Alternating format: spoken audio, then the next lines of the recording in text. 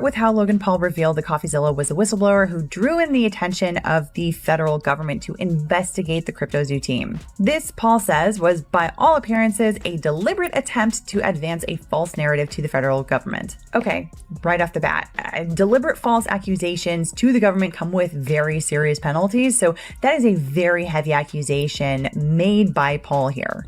But anyway, he continues. The reason that Findeisen misled the government so brazenly, of course, was that his goal was to prompt the government to investigate and build cases against plaintiffs specifically, whom he had never even spoken to about the project, in order to further harm plaintiff and, he hoped, ultimately claim credit and raise his own profile in the event the investigations resulted in criminal charges or civil penalties against him. At this point, it's obvious that Logan Paul's entire world has been built on chaos hype and a long chain of reckless decisions that never seem to truly catch up with him. From failed crypto projects to collapsing business ventures, the cycle stays the same every time. Big promises are made, millions of fans and investors believe, and then slowly, quietly, everything starts falling apart. Public statements talk about refunds and solutions, but the reality feels very different. One day he's saying the situation is being handled, and the next day he's on a private jet, wearing million-dollar watches, posting luxury vacations, and living like nothing ever went wrong, while the people who trusted him are still waiting for answers, and in many cases, their money. Then comes the personal drama, which only adds more fuel to the fire. Private messages become public. Old friendships turn into online wars. Screenshots, voice notes, and accusations spread across social media like wildfire. What once looked like simple influencer beef slowly starts to feel darker and more serious, almost like the pressure of fame is pulling everything ugly into the open. Trust breaks, alliances collapse, and the internet watches every move of like it's a reality show with real consequences. But while all of this noise was happening, another empire was quietly starting to crack in the background. Just a year ago, Prime was everywhere. Kids were hunting bottles the same way people chase limited edition sneakers. Influencers treated it like liquid gold.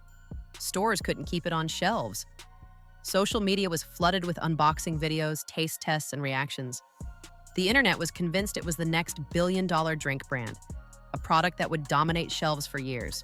That CoffeeZilla didn't give the government any information about any other bad actors on the CryptoZoo team, like Eddie Ibanez and Jake Greenbaum. And he says that because of that, CoffeeZilla was sending the government down this rabbit hole to focus specifically on Logan Paul and to ignore everyone else on the CryptoZoo team. Setting aside the fact that CoffeeZilla showed in response that he did, in fact, provide a bunch of information to the FBI about the entire CryptoZoo team and that this included information about Jake Greenbaum and Eddie Ibanez, Logan Paul doesn't really talk about this in any of his filings, other than to say that the SEC closed out its investigation, which he argues means they found no wrongdoing, and he says that all other federal investigation is basically dormant and has gone nowhere, which he says means basically the same thing. No wrongdoing. Fast forward to now, and the story looks completely different.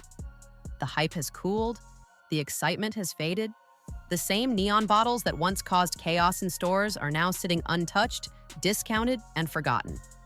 What was once a must-have item has turned into a meme. A product built more on clout than on actual quality. Because if people are being honest, it was never really about taste. It wasn't about health. It wasn't even about hydration. It was about status.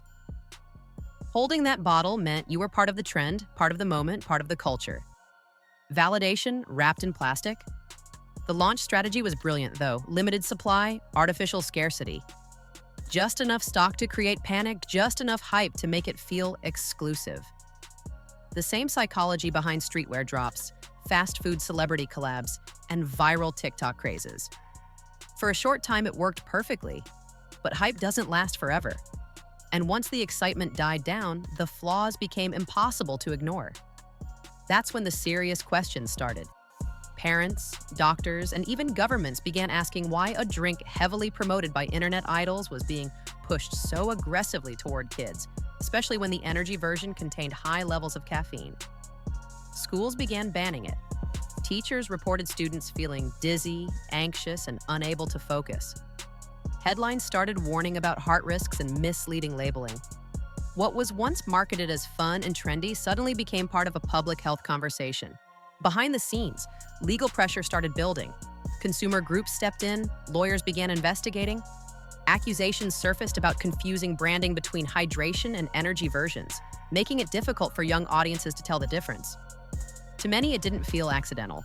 It felt like a system designed to pull fans in with bright colors and familiar logos, then slowly introduce stronger products later. At the same time, the market shifted. Shelves that were once empty became overcrowded. Stores that couldn't keep Prime in stock were now discounting it, bundling it, hiding it in the back. The resale market collapsed.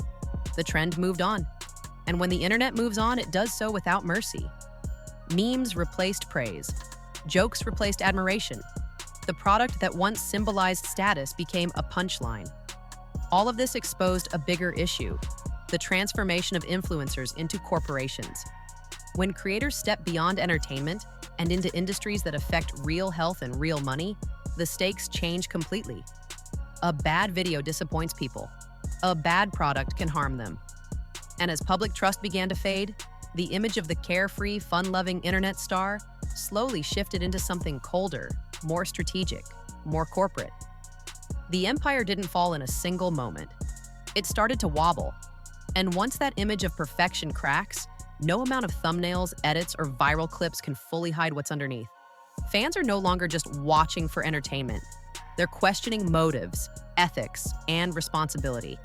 And the biggest question now isn't about one drink or one controversy anymore. It's about whether the influencer era has reached a point where power has grown faster than accountability.